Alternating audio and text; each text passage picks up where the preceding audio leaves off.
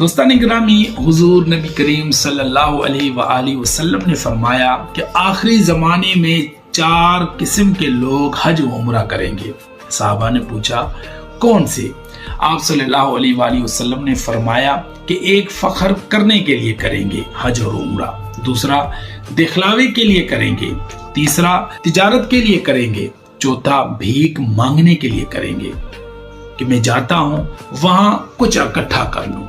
حضور صلی اللہ علیہ وآلہ وسلم نے فرمایا کچھ امیر بھی ہوں گے، عمرہ کرنے والے جو سیر اور تفریح کی نیت سے جائیں گے۔ حضور صلی اللہ علیہ وآلہ وسلم نے فرمایا کچھ لوگ ہوں گے جو خالص اللہ کی رضا کے لیے جائیں گے۔ صحابہ نے پوچھا حضور وہ کون ہیں؟